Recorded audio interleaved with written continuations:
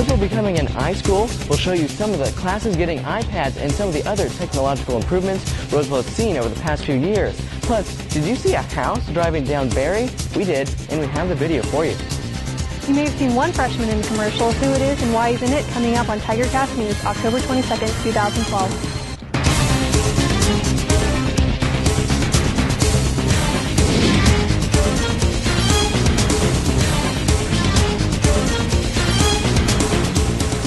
Good morning, I'm Katelyn Rolen. And I'm Daniel Wetter. Let's begin today's TigerCast with this. It's our main story today as we look at whether or not Roseville High School is becoming an iSchool.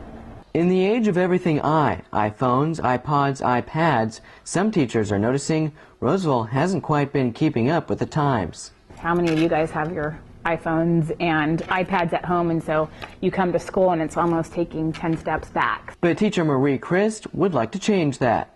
We can really move it and put Roseville kind of out there and separate us from the other sites and then from the other schools in our area to really make us that 21st learning iPad, iPod, digital technology school, not just for our school and reputation, but even just for kids, that they feel excited to come here, you know, when they're able to have that flexibility. And she's getting started on that vision one iPad at a time. Soon, AP Euro and some avid classes will use a set of iPads during instruction.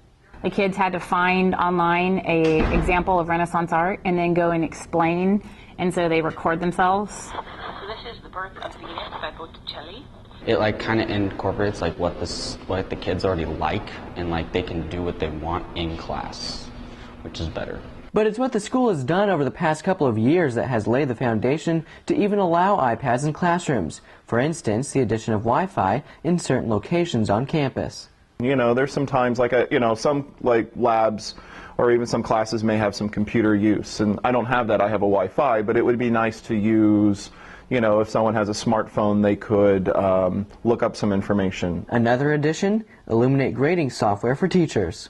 One of the things I like about Illuminate is my chemistry midterm here. It allows me to get a quick grading of where the distribution of different students are. But technology in classrooms isn't always that straightforward, according to teacher Mike Purvines. So you start running into what's appropriate use of technology on campus and what's appropriate for students to have and not to have. And that's a tricky issue, and I think you know, you ask anybody and there's a spectrum between no one should have anything to yes, they should have it and it should be free access and everybody using it. And did you know you can access that Wi-Fi by using this password? It's RHS Tigers, all undercase, and once you open a browser, there will be a district web page where you can use your district login information. It's the same info you use to log in into any school computer. On to more technology news here at Roseville. Have you noticed new signs around campus? They look like this and have a QR code on them. Students can scan those codes to see a video about the area that they're in. Depending on the area, a different video will display. There are 6 different videos, all of which can be found at rosevilletigers.org/tour. The current signs are temporary, but administration hopes to have permanent signs up by Thanksgiving break. Assistant Principal Matt Pipitone showed us how to use them. You kind of come up to the sign with your phone, get on the QR code, and it takes you to the YouTube. Do I want to open it? Yes, I do. I'll look at it this way because it will show better. And here goes the video. If you've taken AP classes here at Roseville, you may have noticed a new focus on current events in some of those classes this year. Teacher Denise Weiss said this new focus comes after noticing a lack of current event knowledge by students in years past. And last year we discovered that our kids really don't know as much as they should about what's going on in the world, and I think that hurt them on some of the AP questions. So we decided to add it in this year to make sure that kids had a greater breadth of knowledge about what goes on in the world around them.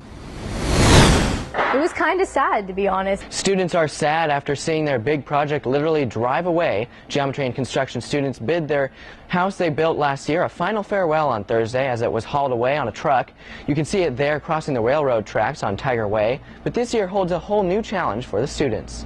We are building 2 separate houses this year for this program, and what they do is they take mothers who are on the street and bring them back on their feet, and so they want something that's not exactly a home. It's similar to a dorm. Drama has a new play coming up this weekend, and it should be an interesting one. The play is an original Sherlock Holmes story from the late 1800s.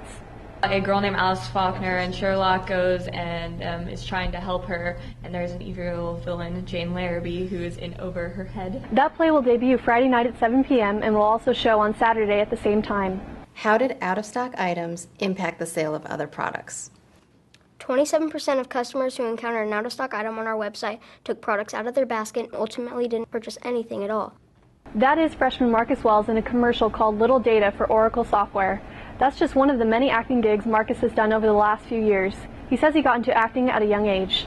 And so I Googled how to be a child actor when I was 9, and it basically pulled up a bunch of different websites, and I pretended to be my mom and emailed them, and they called my mom and said, oh, we have an audition for him if he wants to come in and try it out, and just now I'm right here, I guess. A blood drive is coming up on November 6th. Student government is hosting the first one of the school year, and they hope to have a record turnout. I do think it'll be a bigger blood drive because we're trying to advertise a lot, and we're trying to really get it out there that this is happening this year. Also on November 6th, it's Election Day and TigerCast News has it covered. We are excited to announce a partnership with student government to facilitate a mock presidential election here on campus. Students will be able to vote for their choice, President Barack Obama or Governor Mitt Romney, on November 5th, the day before the real election. And then on Election Day, we will have a special TigerCast News during second period, which will announce who Roseville High School elected president, and will break down all of the results. I'm sure we'll still be talking about the results on the next TigerCast News on November 13th. But you can catch all the latest news and sports on eyeofthetigernews.com and our Facebook page, facebook.com/eyeofthetigernews. We'll see you next time.